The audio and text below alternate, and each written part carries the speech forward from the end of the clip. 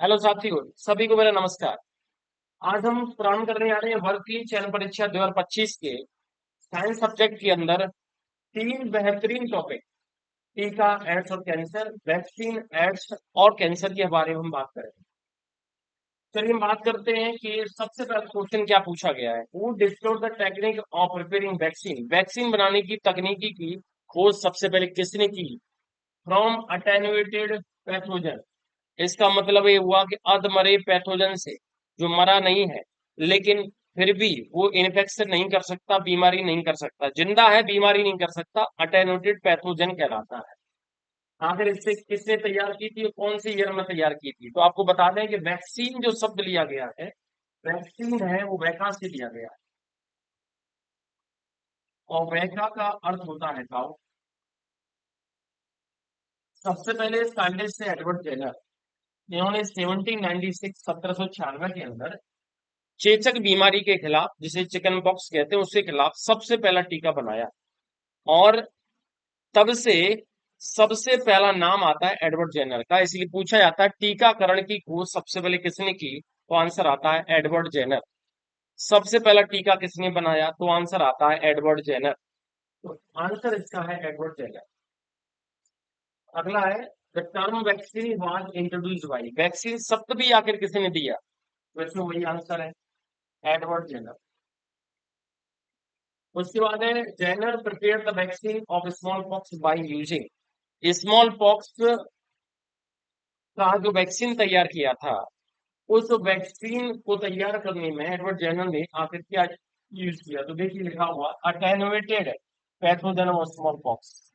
Small pox जो pathogen है उसकी अटेनुएटेड फॉर्म, इसका मतलब एक ऐसी फॉर्म जिसको हीट से, एसिड से ट्रीट किया गया, और इतना ट्रीट किया गया कि उसकी डेथ नहीं हुई, लेकिन वो जिंदा है।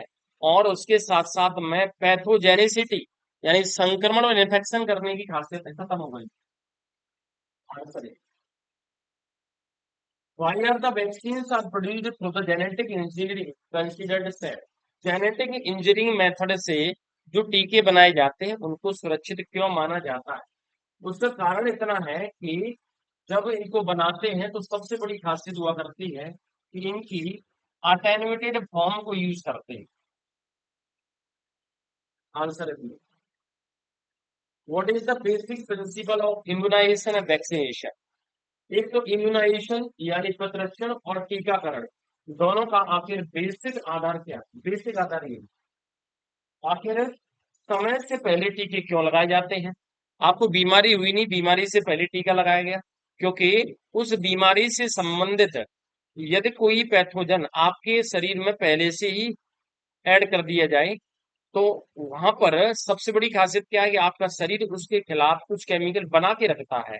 और ऐसी सेल जो इस को पहचान लेती हैं कि अगली बार जब पैथोजन आएगा, तो वो सेल मेमोरी सेल कहलाती है और वही एक्टिव होती हैं। इसलिए आंसर इसका लिखा हुआ it is based on the property of memory of the immune system. Immune system प्रतिरक्षा तंत्र की मेमोरी, याददाश्त से संबंधित हुआ करता है। आंसर इसका बी। अगला है कि ATS inoculation soon after injury that brings contact with the soil objects. गंदी वस्तुएं हुआ करती हैं जिसमें जंग लगी होती है, उस पर यदि आप कहीं कांटेक्ट में आ जाए तो आपको तुरंत एटीएस का टीकाकरण करना चाहिए। आखिर ये किससे सुरक्षा देता है? तो देखो एटीएस है, ये काफी पॉपुलर है। इसका पूरा रूप होता है anti tetanus serum. Anti tetanus serum. और एटीएस का जो इंजेक्शन लगाया जाता है वो रियलिटी में लिखा है टेटेनस। टेटेनस जो बीमारी होती है उससे बचाव के लिए लगाया जाता है। याद रखिए, इस बीमारी से पहले लगाते हैं एटीएस का इंजेक्शन। यदि आप, आपका पैर, आपका हाथ, शरीर का कोई भी हिस्सा यदि गलती से किसी जंग लगी हुई चीजों पर पड़ गया है तो एटीएस का इंजेक्शन जरूर लगवा। तो यहाँ पर टेटनेस के बारे में थोड़ा सा और बताएं कि ये बैक्टीरिया से होने वाली बीमारी है जिसको क्लॉस्ट्रीडियम टेटेनी कहते हैं। बैक्टीरिया का नाम है क्लॉस्ट्रीडियम टेटेनी। क्लॉस्ट्रीडियम टेटेनी कहते हैं। उसके बाद देखिए एड्स, एचआईवी से होता है। एचआईवी का मतलब होता है ह्यूमन इम्यूनो डेफिशिएंसी वायरस। याद रखिए, HIV की फुल फॉर्म है ह्यूमन इम्यूनो डेफिशिएंसी वायरस। ये पोलियो का पूरा नाम होता है पोलियो माइलेटिस, ये भी वायरस से होता है, विषाणु से होता है। इन्फ्लुएंजा ये भी वायरस से होता है। अगला देखो, a disease against which vaccination is restored only during epidemic। एक ऐसी बीमारी जो कि महामारी की तरफ फैल जाती है तब कहीं वैक्सीनेशन करते हैं, वो होता है कॉलेरा। आपको पता है कॉलेरा विब्रियो कॉलरी नामक बैक्टीरिया यानी जीवाणु से होता है। विब्रियो कॉलरी बैक्टीरिया और जीवाणु से होता है। और इसकी खासियत हुआ करती है कि जब इसका इन्फेक्शन होता है तो यहाँ पर लूज मोशन वॉमिटिंग हुआ करती है, उल्टी और दस्त हुआ करते हैं, वॉमिटिंग होती है, साथ में लूज मोशंस होते हैं। और आपको ये बता दें कि इसका आखिर संक्रमण होता कैसे है, तो कोलेरा है कॉन्टामिनेटेड फूड और कॉन्टामिनेटेड वाटर से होती है। यानी संक्रमित भोजन और संक्रमित पानी से हुआ करती है। संक्रमित का मतलब क्या है, कॉन्टामिनेशन का मतलब क्या है, ऐसा फूड और ऐसा वाटर जिसके अंदर ये बैक्टीरिया प्रेजेंट है, तब वो संक्रमित कहलाता है, चाहे वो भले ही साफ पानी हो और शुद्ध खाना हो। याद रखें। कॉलेरा के अलावा हम बात करें कि और कौन सी बीमारी है जो कॉन्टामिनेटेड फूड से हुआ करती है और कॉन्टामिनेटेड वाटर से भी फैल सकती है। तो कॉलेरा के अलावा देखते हैं तो एक बीमारी हुआ करती है, उसको कहते हैं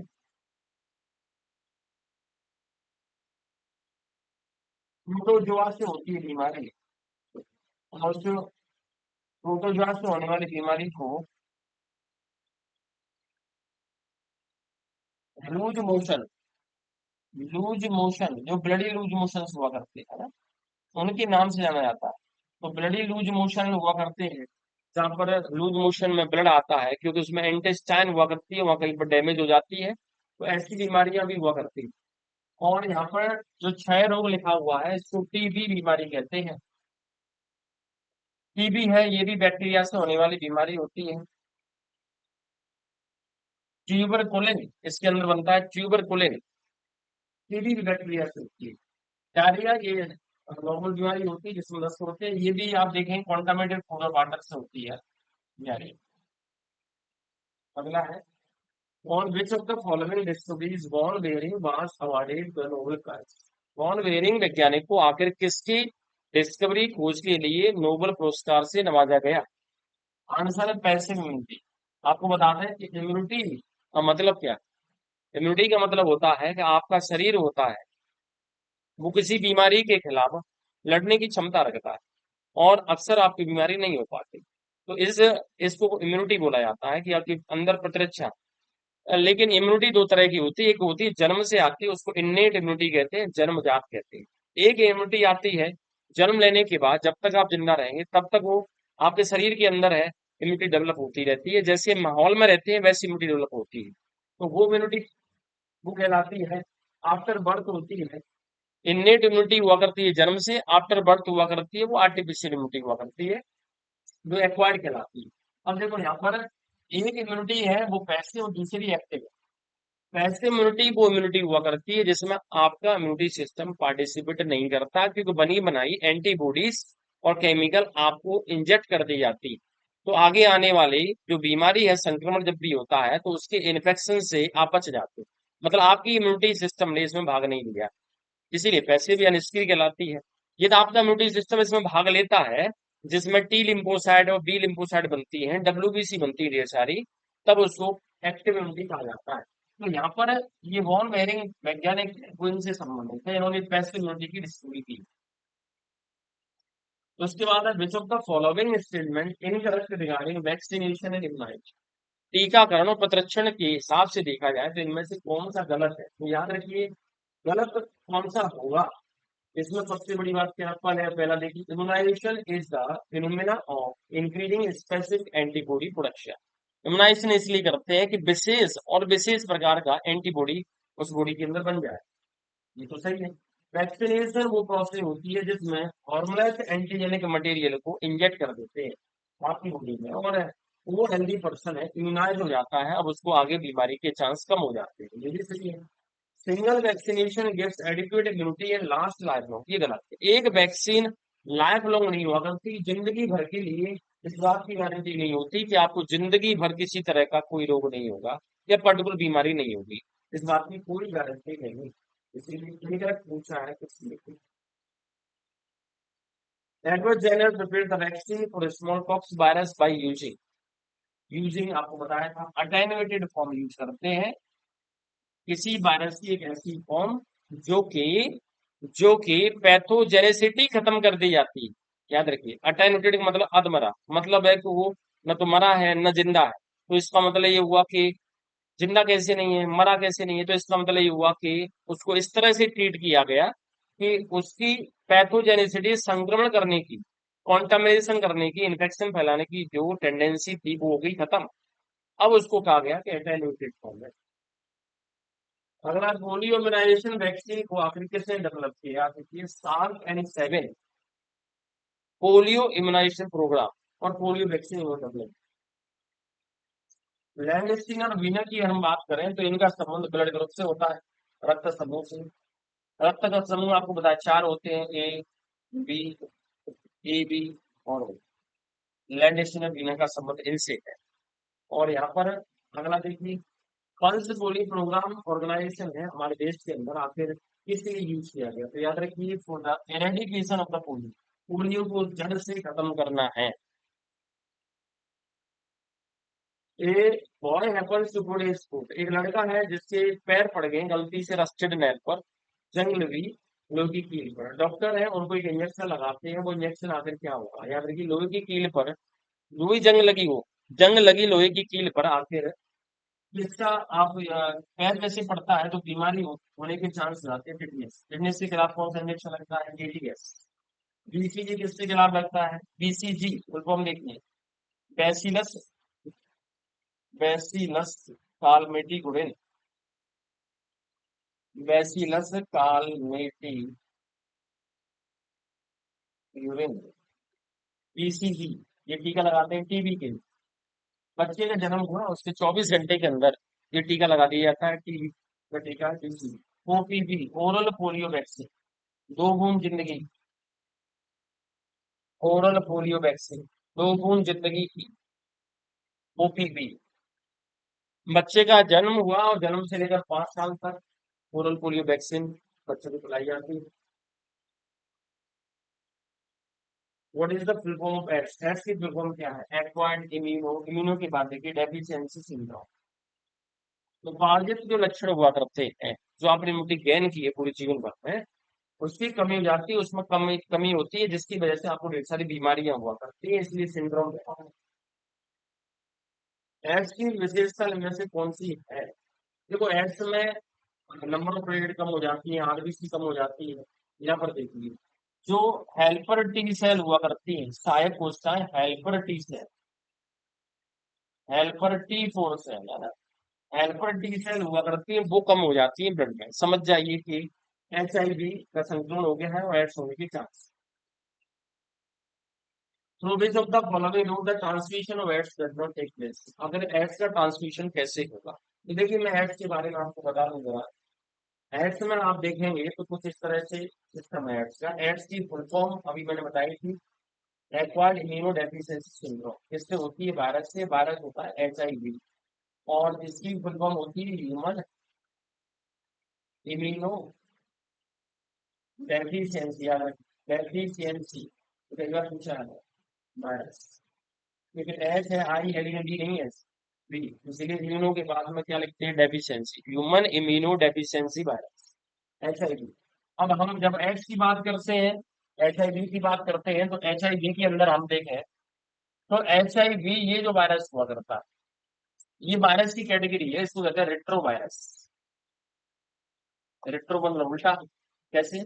जितने भी वायरस जो एनिमल में इन्फेक्शन करते हैं उसमें जेनेटिक मटेरियल डीएनए होता है, लेकिन यहाँ पर जेनेटिक मटेरियल क्या है? इसका आरएनए। उल्टा हो गया। इसीलिए आरएनए से पहले क्या, आरएनए के से पहले क्या बनेगा? डीएनए बनेगा पहले। उल्टा हो गया, डीएनए से पहले आरएनए बनता है, उसको ट्रांसक्रिप्शन कहते हैं, अनुलेखन। और यहाँ पर उल्टा हो रहा है, आरएनए से डीएनए बनेगा, इसीलिए इसको रिवर्स कहते हैं, उल्टा, रिवर्स ट्रांसक्रिप्शन। और रिवर्स ट्रांसक्रिप्शन के लिए जो एंजाइम यूज होता है उसको कहते हैं रिवर्स ट्रांसक्रिप्टेज।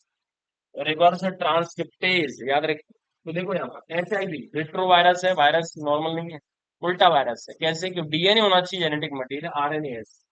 RNA से पहले DNA बनेगा, प्रोसेस को ट्रांसक्रिप्शन की जगह रिवर्स ट्रांसक्रिप्शन कहेंगे। अब DNA से mRNA बनेगा, तब कहीं जाकर प्रोटीन बनती है, तब कहीं काम होता है। ये इस HIV की खासियत है। तो देखो AIDS, acquired immunodeficiency syndrome, AIDS एक वायरस से होने वाली बीमारी है। एड्स है जिस वायरस से होती है उसको HIV कहते हैं। HIV की full form human immunodeficiency virus है। HIV नॉर्मल वायरस नहीं है, रेट्रो वायरस है, क्योंकि इसमें जेनेटिक मटेरियल RNA होता है, DNA नहीं है। RNA से DNA बनेगा, रिवर्स ट्रांसक्रिप्शन कहलाएगा। एंजाइम यूज होगा रिवर्स ट्रांसक्रिप्टेज, याद रखिए। DNA से फिर mRNA बनेगा, mRNA से प्रोटीन बनेगी। इस HIV का जब भी इन्फेक्शन होता है, तब आपकी हेल्पर टी सेल, सहायक जो T4 कोशिकाएं होती है वो कम हो जाती है, आपकी इम्यूनिटी पावर डाउन हो जाती है, आपको ढेर सारी बीमारियां घेर लेती हैं और जिसकी वजह से आपकी डेथ होती है। अब आखिर HIV जो वायरस है ह्यूमन इम्यूनो डेफिशिएंसी वायरस है, वो एड्स का वायरस आखिर फैलेगा कैसे, आपकी कॉन्टामिनेशन कैसे होगा? एक तरीका पेरेंटल रूट से, मतलब निडल हुआ करती है इन्फेक्टेड, किसी को HIV का इन्फेक्शन है, आपने इंजेक्शन लगाया और उसी इंजेक्शन को आपने इसी हेल्दी पर्सन में लगा दिया, तो इससे हो जाएगा। दूसरा सेक्सुअल रूट के जरिए होता है, सेक्सुअल कॉन्टेक्ट से भी हो जाता है। ट्रांसप्लांट प्लासेंटल रूट, यानी मदर जो प्रेग्नेंट मदर हुआ करती है, उनके फीटस के अंदर जो अ, उनका फीटस जो डेवलप हो रहा है, तो वो प्लासेंटा से जुड़ा हुआ है, तो वो प्लासेंटा के जरिए मदर से, यदि मदर को HIV है, मदर में HIV का इन्फेक्शन है, तो मदर से प्लासेंटा के जरिए किसमें चला जाएगा? उस फीटस से। ये भी रूट है, लेकिन ये तो ये नहीं, ओरली और फीकल तरीके से ये नहीं होता, इसलिए आंसर है ऑप्शन डी। ब्लड ट्रांसफ्यूजन एक और तरीका है, ब्लड ट्रांसफ्यूजन होता है, मतलब जैसे आपने ब्लड डोनेट किया, तो HIV पर्सन ने ब्लड डोनेट कर दिया किसी हेल्दी पर्सन, तो बहुत ही फास्ट हो जाएगा, तुरंत होता है। Which of the following most common form of the cancer, cancer का सबसे कॉमन फॉर्म कौन सा है? कार्सिनोमा। याद रखिए ये एपिथेलियल टिश्यू का कैंसर है, जहां भी एपिथेलियल टिश्यू है उनका कैंसर कार्सिनोमा कहलाता है। सार्कोमा, ये कनेक्टिव टिश्यू कैंसर होता है, जैसे बोन्स का, बोन्स के कैंसर को ऑस्टियोमा अलग से कहते हैं ना, लेकिन हड्डियों का कैंसर, कार्टिलेज का कैंसर, मसल्स का कैंसर सार्कोमा होता है। तो सार्कोमा अगर देखा जाए तो कनेक्टिव टिश्यू कैंसर है, कनेक्टिव टिश्यू। उसमें बोन का कैंसर होता है, बोन का कैंसर वो ऑस्टियोमा कहलाता है, और कार्टिलेज का कैंसर होता है कॉन्ड्रियोमा कहलाता है। कार्टिलेज का कैंसर कॉन्ड्रियोमा कहलाता है।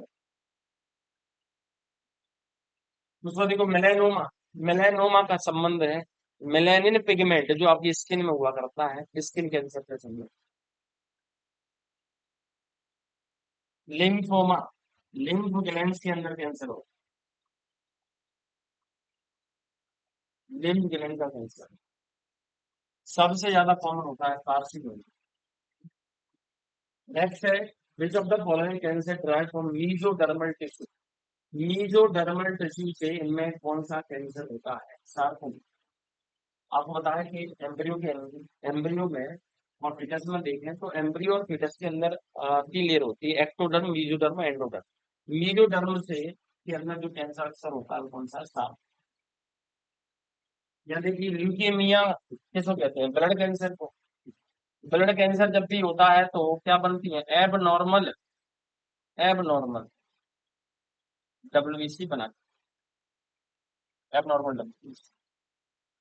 अगला विच of the following cancer is ट्रेमेंडस increase in the number of WBC, WBC की संख्या सबसे ज्यादा किसमें बढ़ती है? Leukaemia. Which of the following cancer does not come under the category of sarcoma? Sarcoma से संबंधित इसमें से कौन सा कैंसर नहीं?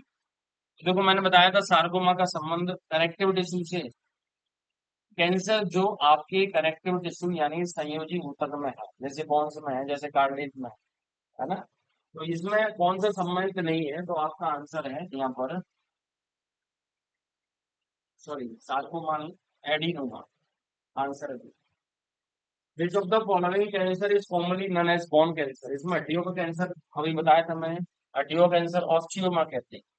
कारण क्या है कि ऑस्टियोमा, इसीलिए क्योंकि इसमें ऑसिन प्रोटीन होती है। ऑसिन प्रोटीन है, हड्डियों की प्रोटीन को ऑसिन कहते हैं, इसीलिए हड्डियों के कैंसर को ऑस्टियोमा कहते हैं। आंसर है स्किन कैंसर, मैंने अभी बताया था स्किन कैंसर है वो इससे संबंधित।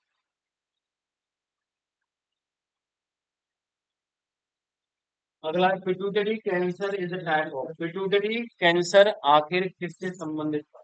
देखो पिट्यूटरी कैंसर का संबंध इनमें से अगर देखा जाए तो किससे होगा? कार्सिनोमा।